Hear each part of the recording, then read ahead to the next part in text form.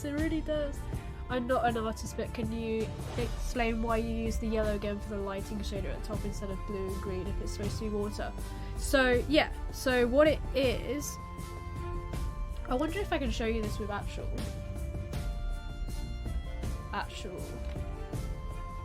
real life stuffs. This is a good one. This one here. So do you see these like ray of lights coming down?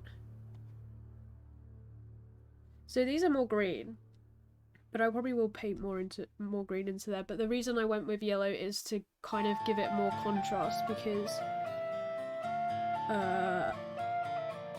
I've only really got blues going on. So usually when I draw anyway, if you can see my color wheel here, you've got complementary colors are whatever's opposite to each other. So because I'm around this area, I'm in the greens. It's a little bit off the side, but hold on. I'll do this. So you probably know. Oh fuck it! Quick copy insert.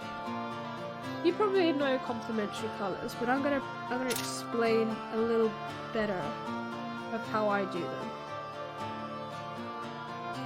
So I tend to do complementary colors with literally everything. So I'm always going to be using yellow and blue because I always use blue, so I'm going to always be using yellow.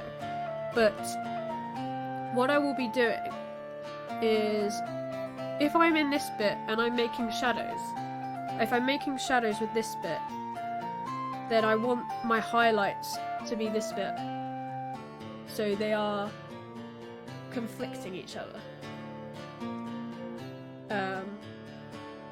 Because they're the most extreme variants and opposites, and they work best with each other. So if I do purple and green are always going to be really striking with each other. Obviously it's neon, and I don't really like neon, but I can do with pastels.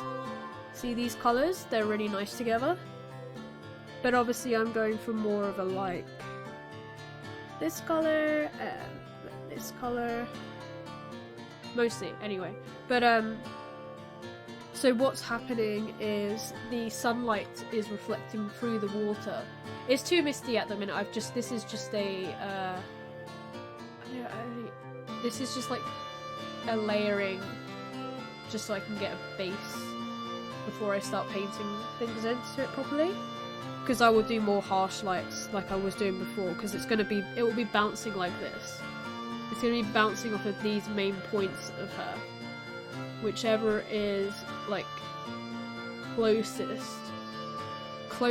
to above. Like, she could still be quite deep underwater, but it's still going to give that kind of effect.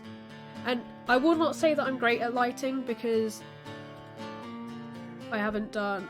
I'm realising it now, but I will. But I'm not very good with, like, shadows.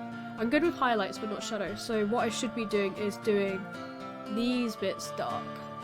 Because this is under the hair. Because if the light is hitting here, the shadow is going to be here. And then maybe, like, here. And then definitely, like, here.